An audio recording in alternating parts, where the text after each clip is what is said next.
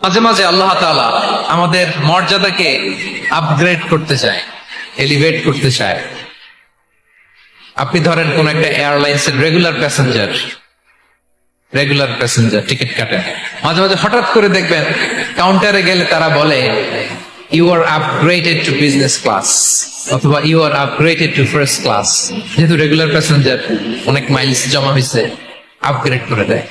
আল্লাহ তাআলা মাঝে মাঝে চায় তিনি আমাদের মর্যাদাকে, র্যাঙ্ক, এটাকে আপগ্রেড করবেন, কিন্তু আমার যে আমল আখলাকের অবস্থা, ওইটা দিয়ে ওই আপগ্রেড র্যাঙ্কে যাওয়ার সুযোগ নাই।